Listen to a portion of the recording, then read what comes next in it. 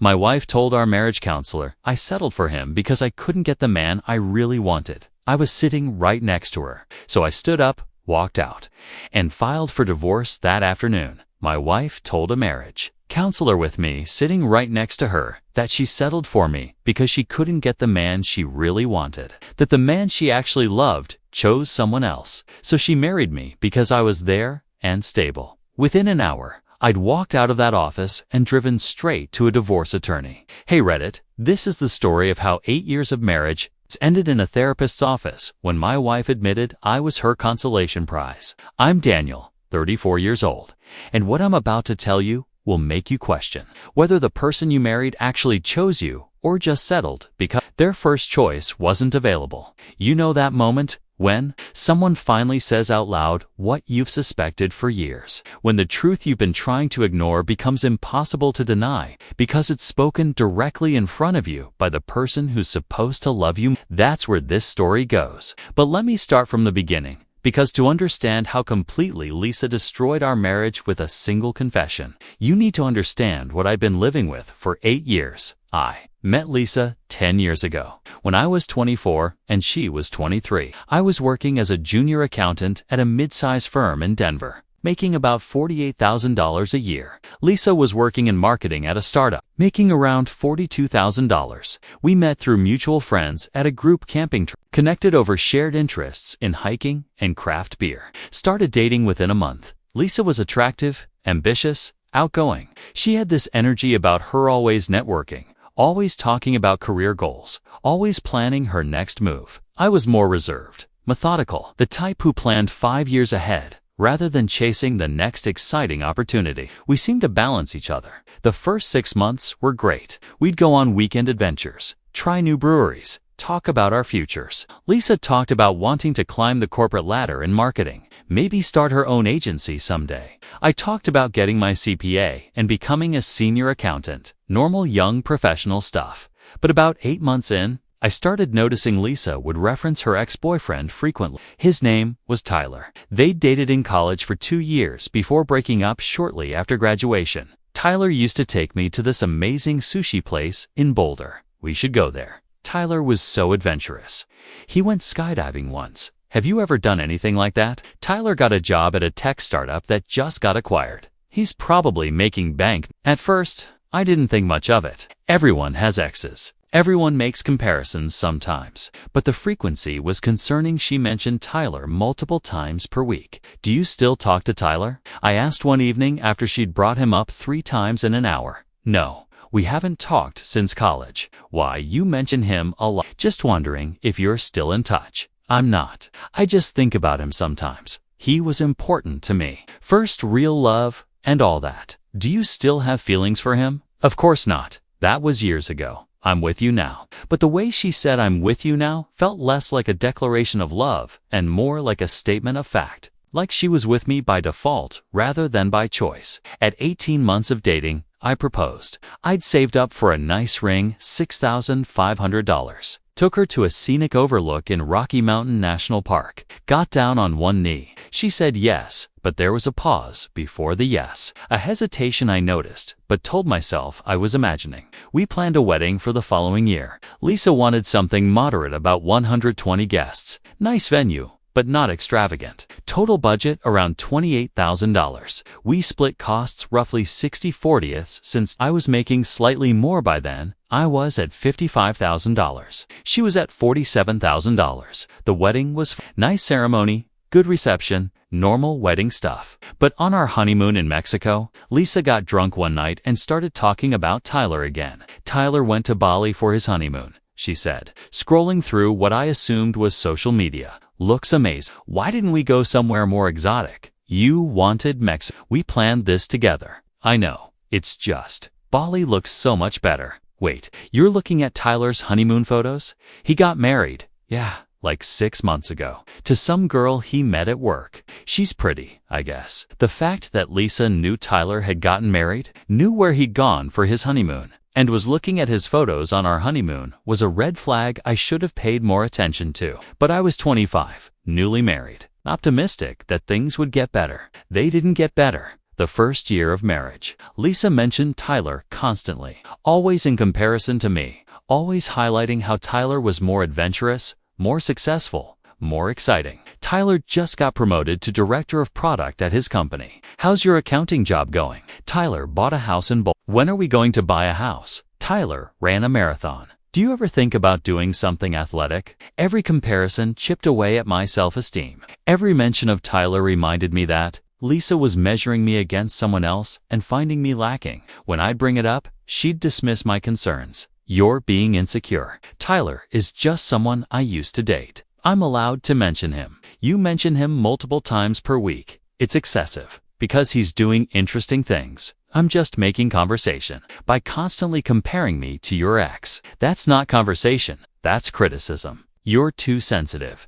If you were more confident, this wouldn't bother you. That became her go-to response whenever I expressed discomfort with anything. I was too sensitive, too insecure to something. Never that her behavior was inappropriate or hurtful. 2 years into marriage, we had our first child. I was 27. Lisa was 26. I'd been promoted to senior accountant, making $68,000. Lisa was still at $52,000, but took maternity leave and then reduced her hours to part-time to be home with Emma. The pregnancy and early parenthood were hard. Lisa struggled with postpartum depression. I tried to be supportive, took on more household responsibilities, did night feedings when I could, encouraged her to seek therapy. She went to a few sessions but stopped, saying the therapist didn't understand her. During this time, Tyler apparently had his first child too. Lisa knew this because she followed him on social media, despite claiming she wasn't in touch with him. Tyler and his wife had a baby girl. They did this gender reveal party on a yacht. That's so fancy. We had Emma at the hospital like normal people. Why are you comparing our baby to Tyler's baby? I'm not. I'm just saying they did something fancy and we didn't, because we can't afford a yacht party. I'm an accountant, not a tech executive. And why do you know so much about Tyler's life if you're not in touch with him? I follow him on Instagram. Lots of people follow their exes. It's not a big deal. But it was a big deal. Lisa was actively tracking Tyler's life, comparing our milestones to his, and making me feel inadequate for not living up to the life her ex was living. 4 years into marriage, we had our second child, Mason. I was 29. Lisa was 28. I was making $75,000 as a senior accountant. Lisa was still part-time at about $35,000. We'd bought a modest 3-bedroom house, had 2 kids, were living a normal middle-class life. But Lisa was increasingly distant, emotionally withdrawn, critical of everything I did. You work too much. You're never home. I work 45 hours a week. That's normal. I'm home every evening and all weekend. Other dads make time for fun activities. You just come home and watch TV. I come home exhausted from work and taking care of kids. What do you want me to do?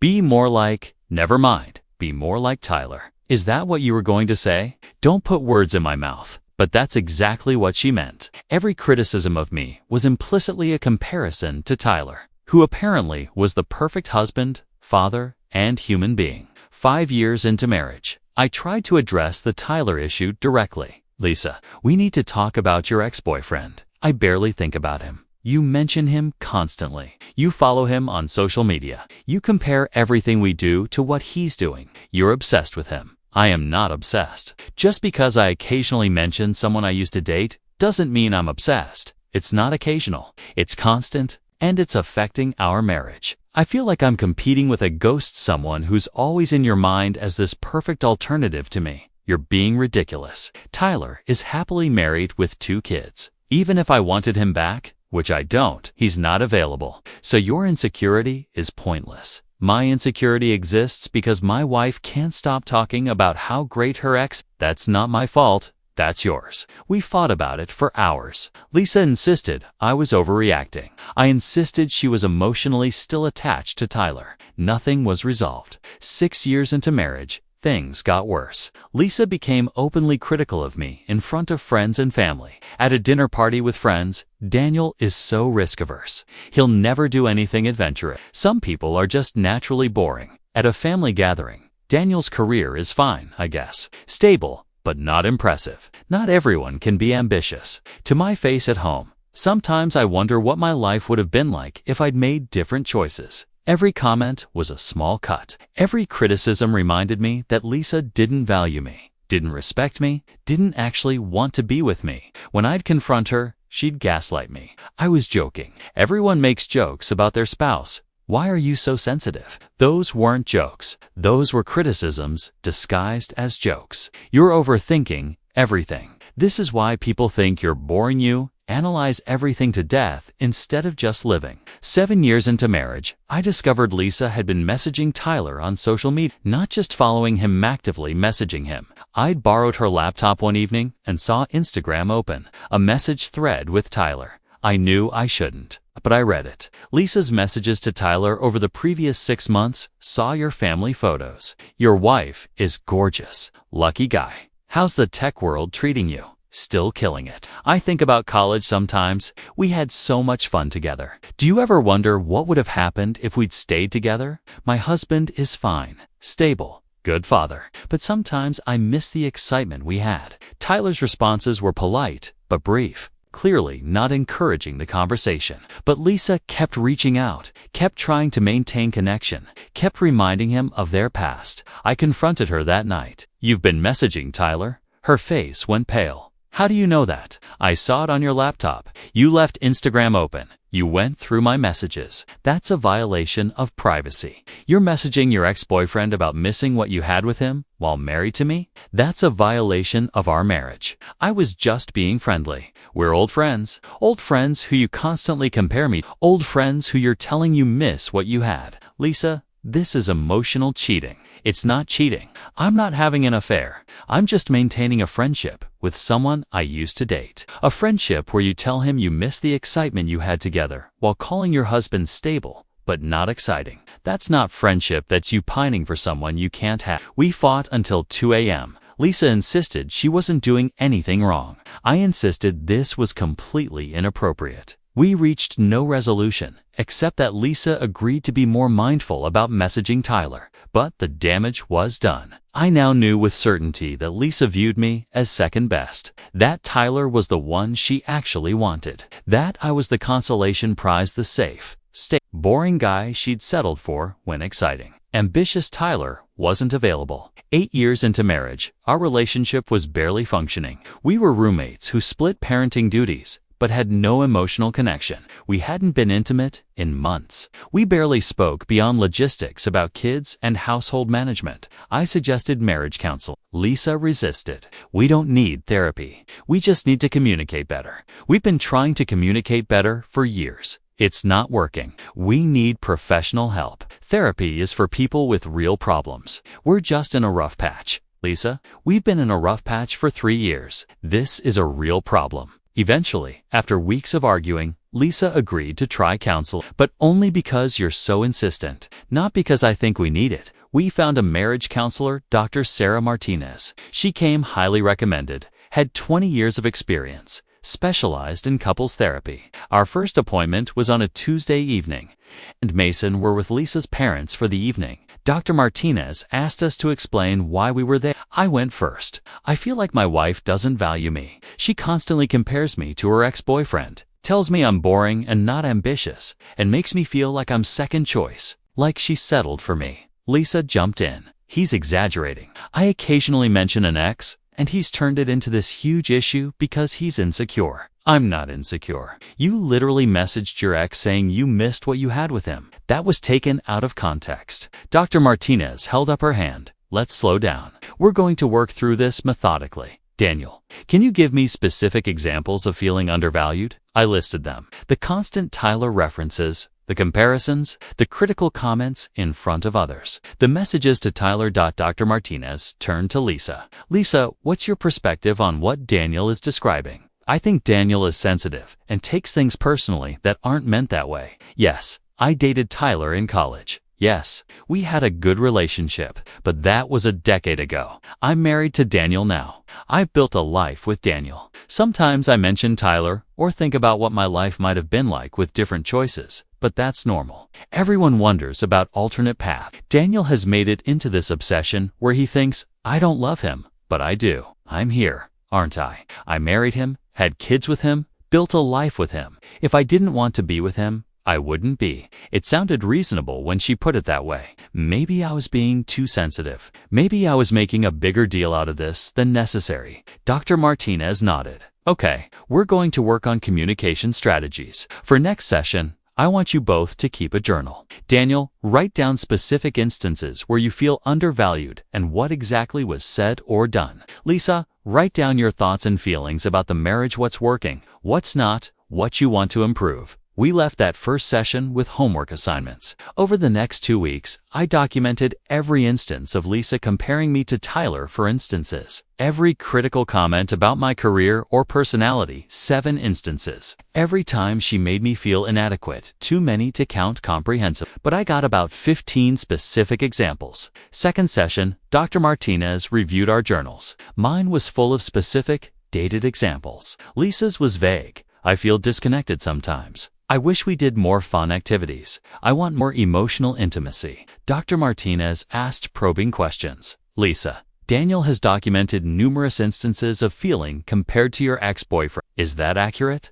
I guess I mentioned Tyler sometimes, but Daniel is hyper-focused on it. How often would you say you mention or think about Tyler? I don't know. Sometimes when I'm scrolling social media and see his posts, when something reminds me of college. It's not that often. Daniel documented 4 instances in 2 weeks. That's twice per week. Okay? Maybe I mention him more than I thought, but it's not malicious. I'm just making conversation. Daniel, how does it make you feel when Lisa mentions Tyler? Like I'm not good enough. Like she wishes she was with him instead of me. Like I'm her second choice. Lisa, is Daniel your second choice? Silence. Lisa looked uncomfortable. That's a complicated question. Is it? Dr. Martinez pressed. If Tyler had chosen you instead of his wife, would you be with him? More silence. Then, but he didn't choose me. So the hypothetical is irrelevant. That's not an answer. Would you be with Tyler if he were available? I'm not going to answer hypotheticals about alternate realities,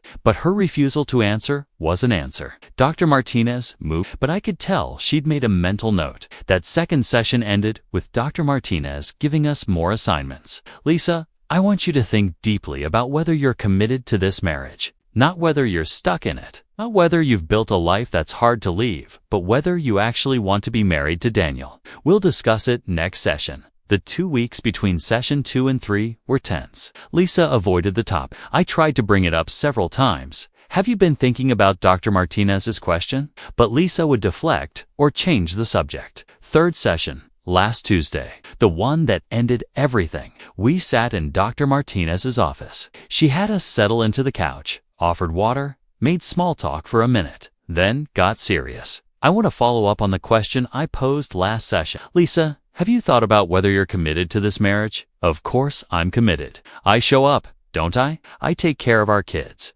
manage our household, stay faithful. That's commitment. Those are actions. I'm asking about feelings. Do you want to be married to Daniel? Lisa looked uncomfortable, shifted in her seat. That's not a fair question. Why not? Because it's not that simple. Marriage isn't about constant want. It's about commitment, obligation, partnership. But underlying those things should be genuine desire to be with your partner. Do you have that desire? Long pause. I could feel my heart racing. This felt like the moment of truth. I don't know. Lisa finally said. Dr. Martinez leaned forward. Lisa, I'm going to ask you something directly, and I need you to be honest. Not kind, not diplomatic, honest. Do you wish you'd married someone else? Another long pause. Then, quietly, sometimes, my stomach dropped. Dr. Martinez continued. Who do you wish you'd married? That's not fair. Tyler, she whispered. The word hung in the air. I felt like I'd been punched in the gut. Dr. Martinez, to her credit, didn't react with shock. She just kept going. Tell me about that. And then Lisa said the words that ended our marriage. Honestly, I settled for Daniel because Tyler, my ex from college, chose someone else. Tyler was my person. He was ambitious, exciting, successful, going places, had big dreams. Daniel is ... safe, comfortable, stable. He's a good father and provider, but he's not who I wanted. He's not exciting. He's predictable and boring, and exactly what you'd expect from an accountant. I married him because I was 26 and tired of being alone, and he was there, and he was stable, and I thought I should be practical. But if I could go back, I would have waited for someone more like Tyler, someone with passion and ambition and excitement. Daniel is fine, but he's not what I actually wanted. He's what I settled for. She said it while I was sitting right next to her, to our marriage counselor, in a therapy session meant to save our marriage. I didn't cry, didn't yell, just felt this strange, cold clarity wash over me. I stood up. Daniel, Dr. Martinez said, "Where are you going?" I looked at her, then at Lisa, who seemed to realize too late what she'd just said. "I think we're done here," I said calmly. Then I walked out of that office, got in my car, and drove straight to the best divorce attorney in Denver. I drove from Dr. Martinez's office straight to the law firm of Hartman and Associates. Jennifer Hartman was known as the most aggressive divorce attorney in Denver. I called from the parking lot. "I need to file for divorce today. Can I come in now? We have a slot at 4 p.m. Can you make that?" I looked at my watch. 3:15 p.m. I'll be there. I sat in my car for the remaining time, replaying Lisa's words in my head. I settled for Daniel. He's not who I wanted. He's what I settled for when Tyler chose someone else. Predictable and boring. Exactly what you'd expect from an accountant. 8 years, 2 kids, a mortgage, a shared life. And she'd just told a therapist with me sitting right there. I was her consolation prize. My phone started buzzing. Lisa calling. I declined. She called again, declined. Text messages started flooding in. "Daniel, where did you go? Please come back. We need to talk about this. I didn't mean it the way it sounded. You're overreacting. Please answer me." I turned off my phone. At 4 p.m., I met with Jennifer Hartman. She was in her late 40s, sharp suit, sharper demeanor. I told her everything: the 8 years of Tyler comparisons, the social media stalking, the messages to her ex, and finally, today's therapy session confession. "So your wife told a marriage counselor, in your presence, that you're boring and she settled for you because her ex chose someone else." Exact words. "I settled for Daniel because Tyler chose someone else. Daniel is safe, comfortable, stable, but not who I wanted. He's predictable and boring and exactly what you'd expect from an accountant. I married him because I was 26 and tired of being alone. He's what I settled for." Jennifer's expression was a mix of professional neutrality and genuine sympathy. That's remarkably cruel and conveniently said in front of a licensed therapist who can potentially testify to her state of mind regarding the marriage. Can we use that? Potentially. Colorado is a no-fault divorce state, so we don't need to prove wrongdoing.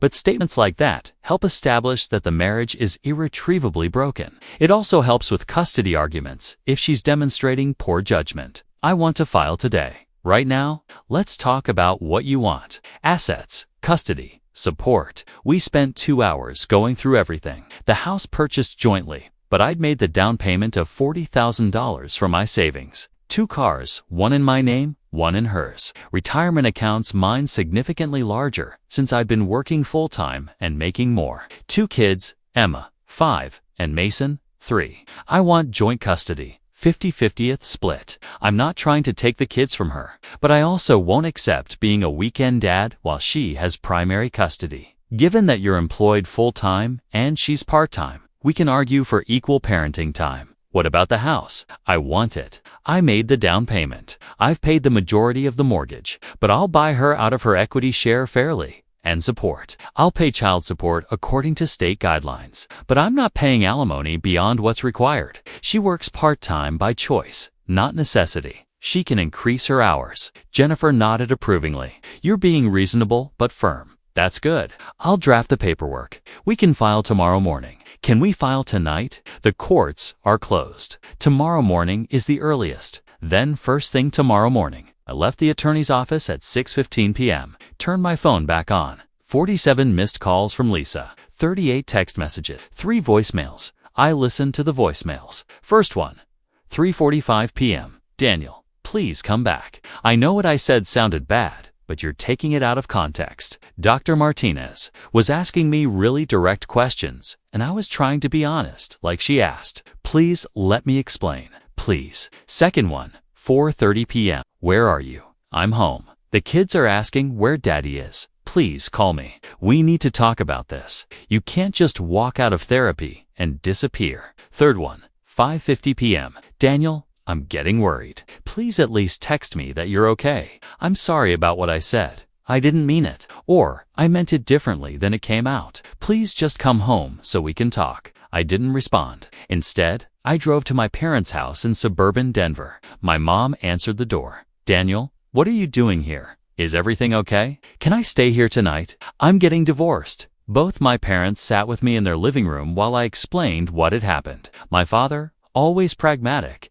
asked clarifying questions. My mother cried. She actually said you were boring and she settled for you, Mom said, incredulous. In front of a marriage counselor, while we were in couples therapy meant to save the marriage. What did you do? Dad asked. Walked out, went straight to a divorce attorney. Filing tomorrow morning. That seems fast. Are you sure you don't want to? She's been comparing me to her ex-boyfriend for our entire relationship. 8 years of being told I'm not exciting enough, not ambitious enough. Not like Tyler. She's been messaging him on social media, telling him she misses what they had. And today, she told a therapist I'm what she settled for when Tyler wasn't available. I'm not her husband. I'm her backup plan. There's no coming back from that. My father nodded slowly. You're right. There isn't. You can stay here as long as you need. That evening, Lisa called my parents' house. My mother answered, Diane, is Daniel there?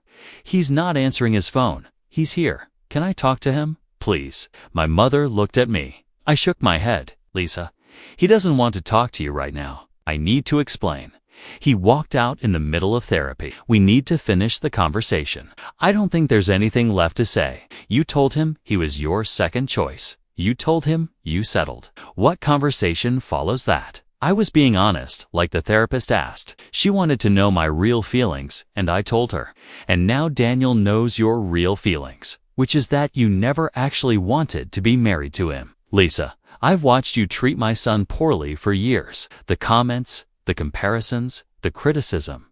He tried to make it work, but you can't build a marriage on someone being your consolation prize. Diane, please. My mother hung up. Wednesday morning, Jennifer filed the divorce paperwork. By noon, Lisa had been served at our house. She called me immediately. I blocked her number briefly to see her reaction. You filed for divorce? Without even talking to me. There's nothing to talk about. Yes, there is. Daniel, I'm sorry. I said things in therapy I shouldn't have said, but we can work through them. Lisa, you didn't say things you shouldn't have said.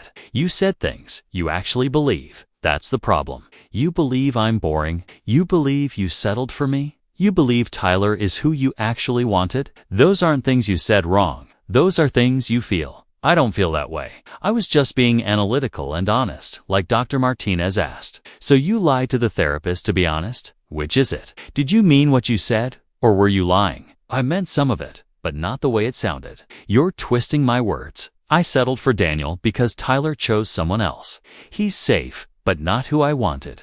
He's predictable and boring. Which part of that am I twisting? Silence. That's what I thought. The divorce is happening. My attorney will be in touch about custody arrangements and asset division. Daniel, please. Think about Emma and Mason. Think about our family. I am thinking about them. I'm thinking about whether I want them to grow up watching their mother disrespect their father, watching their mother pine for learning that it's okay to treat someone like a backup plan. I don't want that for them. You're being cruel. I'm being honest. Something you should have been 8 years ago when you decided to marry someone you viewed as second best. I hung up. Over the next 2 weeks, Lisa tried everything. She showed up at my parents' house. My father turned her away. She called my work. My assistant screened the call. She sent long emails explaining that she'd been tired and stressed during therapy and said things she didn't mean. But the problem was that I knew she meant them. Every word she'd said in Dr. Martinez's office aligned perfectly with 8 years of behavior. The Tyler references, the comparisons, the criticism, the social media stalking, the messages to her ex. Lisa had always viewed me as second best. Therapy just gave her permission to say it out loud. 3 weeks after filing, I met with Lisa and our attorneys to discuss custody and division of assets. Lisa looked terrible, eyes red, weight lost, clearly not sleeping. Daniel, can we talk privately? Just 5 minutes. Jennifer shook her head slightly, but I agreed. 5 minutes. We stepped into a conference room. Lisa immediately started crying. I'm so sorry. I've ruined everything. I didn't realize how good I had it until it was gone. You're a great husband and father. I should never have said those things. Do you still think them? What? Do you still think I'm boring? That you settled? That Tyler is who you actually wanted." She hesitated. "I know. I think you're stable and reliable, and those are good things. That's not what I asked. Do you wish you'd married Tyler instead of me?" Longer hesitation.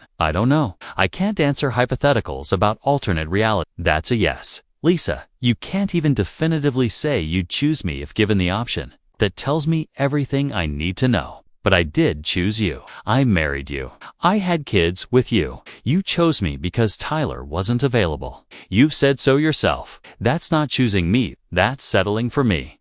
And I deserve better than someone who settled." We returned to the main conference room. The divorce negotiations took 4 hours. We agreed on 50/50 custody alternating weeks. I'd keep the house and buy out Lisa's equity, $45,000 based on current value minus remaining mortgage. We'd each keep our own retirement accounts and vehicles. I'd pay state guideline child support, $1,100 per month for 2 kids based on our income differential. No alimony. Lisa was capable of working full-time. Lisa's attorney tried to argue for alimony. Ms. Foster reduced her hours to part-time to care for the children. She sacrificed her career advancement for the family. Jennifer countered. Ms. Foster chose to work part-time. Mr. Matthews supported that choice. But now that they're divorcing, she can return to full-time work. She has a degree, experience, and earning capacity. The state doesn't require Mr. Matthews to continue subsidizing her lifestyle choices. The judge, when reviewing the agreement, agreed. No alimony except for 6 months of temporary support, $800 a month to allow Lisa time to transition to full-time work. The divorce was finalized 4 months after I walked out of that therapy. August to December. 8 years of marriage undone in 120 days. The day the divorce was final, I felt simultaneously relieved and sad. Relieved to no longer be in a relationship where I was constantly compared and found wanting. Sad that my marriage had failed. That my kids would grow up in a split household. That 8 years had been spent building something with someone who never fully wanted it. Lisa, according to mutual friends, struggled. She had to go back to full-time work 40 hours a week instead of 25. Had to rent a smaller apartment since she couldn't afford to buy a house with just her $62,000 salary and $1,100 monthly child support. Had to adjust to only having Emma and Mason every other week instead of all the time. But more than the logistics, she struggled emotionally. Because apparently, the day after our divorce was finalized, Lisa reached out to Tyler on social media. I heard this through my friend Mike, who knew Tyler's wife through work connections. Lisa sent Tyler a message saying she'd gotten divorced and would love to catch up. Tyler showed the message to his wife, who thought it was inappropriate. Tyler responded to Lisa, "I'm sorry to hear about your divorce, but I'm not interested in reconnecting. I'm happily married with 2 kids and prefer to leave the past in the past. I wish you well." Lisa apparently was devastated. She'd spent 8 years pining for Tyler, destroyed her marriage to me because she couldn't stop viewing me as second best, gotten divorced thinking maybe now Tyler would be interested, and discovered that Tyler had never thought of her as the one who got away. She was just an ex-girlfriend from college that he'd moved on from a decade ago. 6 months after the divorce, I started dating. Nothing serious at first. Coffee dates, dinners, getting back into the rhythm of being single. Then I met Rachel at a work conference. She was a financial analyst at a different firm, sharp and funny, and genuinely interested in accounting, unlike Lisa, who'd always mocked my career as boring. On our 3rd date, I told Rachel about my divorce. My ex-wife spent our entire marriage comparing me to her college boy. Finally admitted in couples therapy that she settled for me because her ex chose someone else. Rachel's response: her ex dodged a bullet. Anyone who marries someone while wishing they were with someone else is emotionally unavailable. That's her character flaw, not your inadequacy. You don't think I'm boring? I'm an accountant who likes hiking and craft beer. I'm pretty predictable. Predictable isn't boring. Predictable means reliable, consistent, trustworthy. Those are good qualities. And your interests are your interests. If someone finds them boring, they're not the right person for you. That perspective shift was huge. For 8 years, I'd internalized Lisa's criticism that I was bored. But Rachel made me realize that Lisa wanting someone exciting like Tyler wasn't about me being inadequate. It was about Lisa chasing an image. Instead of valuing substance, Rachel and I dated for 2 years before getting engaged. I proposed on a hike fitting for us. Simple ring, genuine emotion, no comparisons to anyone else, just to people who chose each other as first choices. We got married 3 years after my divorce from Lisa. Small ceremony, 50 guests, Emma and Mason, now 8 and 6, in the wedding party. They loved Rachel, who'd never tried to replace their mom, but had earned their affection through genuine kindness and interest in their lives. Lisa, according to Emma, struggled with me getting remarried. Mommy cried when I told her, "You're marrying Rachel," Emma reported after coming back from Lisa's week. I didn't gloat, didn't feel satisfaction, just felt sad that Lisa had destroyed something real because she couldn't let go of an imaginary alternative. For years after the divorce, Lisa was still single, still working full-time. She'd been promoted to marketing manager, making around $78,000, still living in her apartment, still, according to mutual friends, occasionally checking Tyler's social media. Even though he'd blocked her after the post-divorce message, Rachel and I had our first child together. We named Sophie. Emma and Mason were thrilled to have a baby sister. We'd bought a bigger house. We're building a life together based on mutual respect and genuine desire to be together. 5 years after the divorce, I ran into Lisa at Emma's school play. Rachel couldn't make it. Sophie had an ear infection, so I was sitting alone. Lisa sat down next to me. "Hi," she said quietly. "Hi. Sophie is beautiful. I saw the photos Emma showed me. Thanks. She's a good baby." Awkward silence. Then, "Rachel seems really great. Emma and Mason love her." "They do. She's wonderful with them." "Kai, I'm glad you found someone who makes you happy." "Thank you." More silence. Then Lisa said something I wasn't expecting. "I think about that therapy session a lot. What I said. How I ruined everything." "Lisa, no, let me finish. You were right about all of it. I did settle for you. I did compare you to Tyler constantly. I did treat you like you weren't good enough.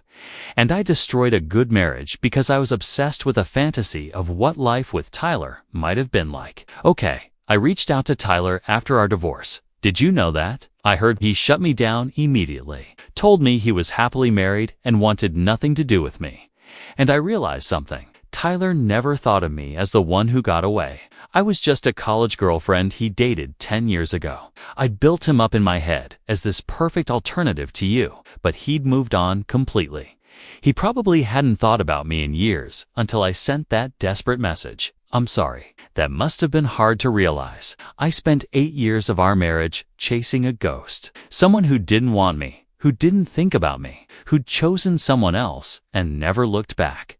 And in chasing that ghost, I destroyed my marriage to someone who actually loved me, someone who was there, who was loyal, who was a good father and partner. I threw away something real for something imaginary. Lisa, I appreciate you saying this, but we can't go back. What's done is done. I know. I'm not asking to go back. I just wanted you to know that I realize now what I had and what I threw away. You weren't boring, Daniel. You were stable and reliable and present. Those are good things. Tyler was exciting because he was unavailable and imaginary, but you were real, and real is better than exciting." Emma came running up, excited about her upcoming scene. The conversation ended, but I thought about what Lisa said. She'd finally realized what I'd known all along, that exciting isn't the same as good. That stability isn't boring. That being someone's first choice matters. 7 years after the divorce, Rachel and I had our second child together, a son. We named James.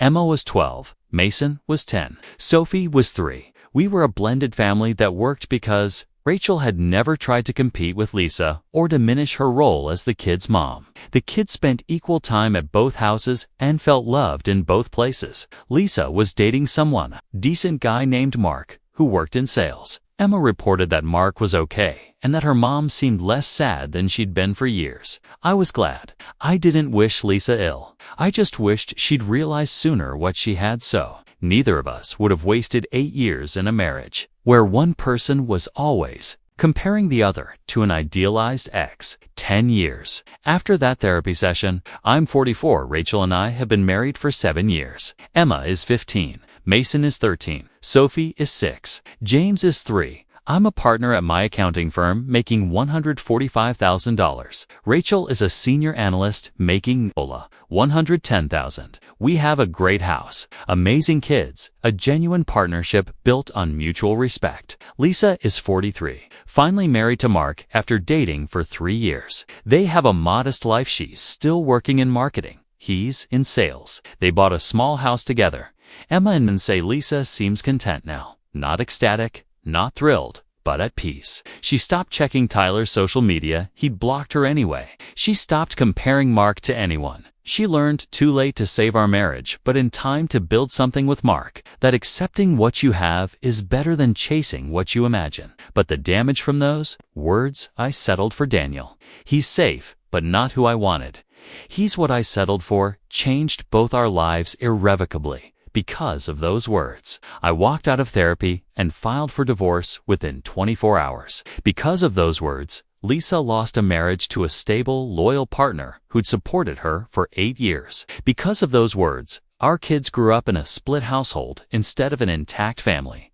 And because of those words, I eventually found Rachel someone who chose me first, who valued stability and reliability, who saw my qualities as strengths rather than boring alternatives to excitement. 10 years later, I'm grateful Lisa said what she said. Not because it didn't hurt, devastated me at the time, but because it gave me clarity. It ended 8 years of being someone's second choice and opened the door to building something with someone who actually wanted to be with me. Lisa thought Tyler was her person. Turns out, Tyler didn't think of her as his person at all. She chased a fantasy for 8 years and lost a reality in the process. Sometimes, the most painful truths are the ones that set you free. Lisa telling me I was her consolation prize freed me to find someone who saw me as their first choice. And that freedom was worth every bit of the pain that came with hearing those devastating words in a therapist's office on a Tuesday evening 10 years ago.